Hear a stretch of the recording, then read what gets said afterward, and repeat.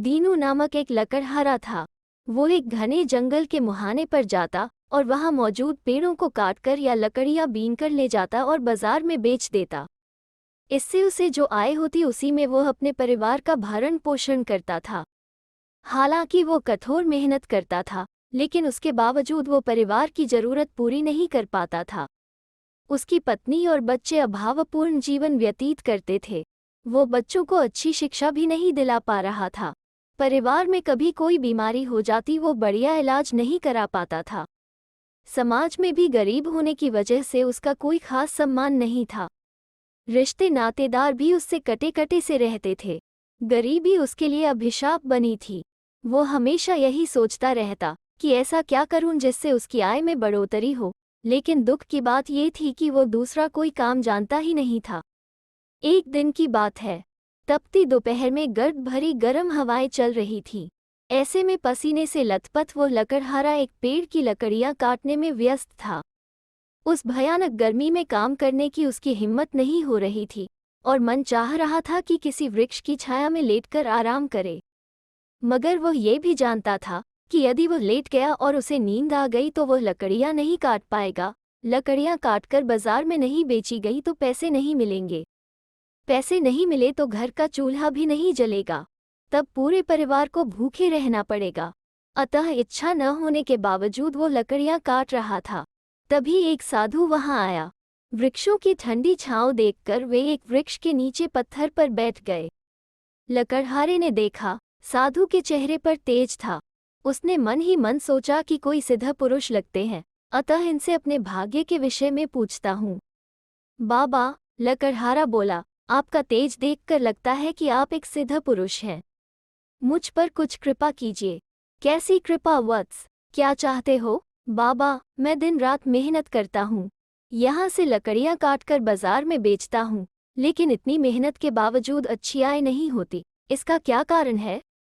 साधु ने एक नज़र उसे देखा, फिर आसपास के वृक्षों पर दृष्टि डाली। वहाँ कीकर के पेड़ थे।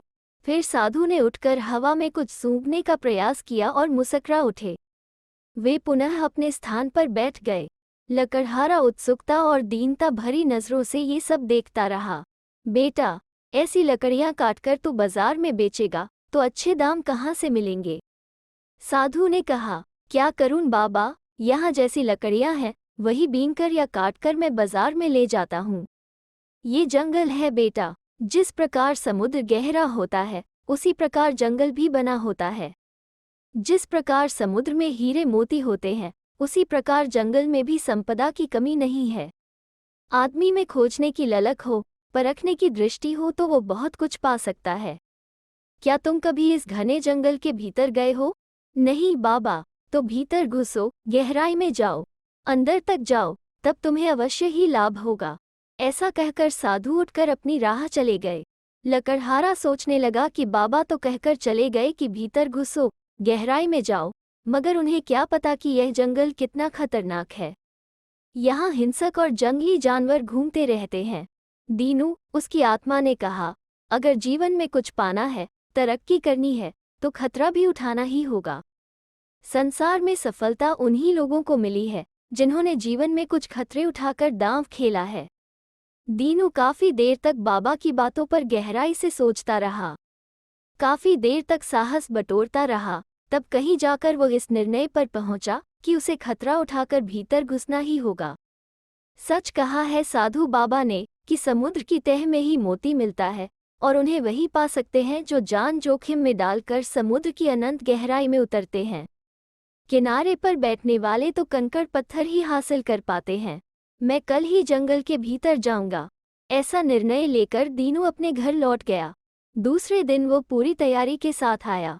आज उसके पास कुल्हाड़ी के साथ कुछ हथियार भी थे, साथ ही कुछ खाने पीने का सामान भी।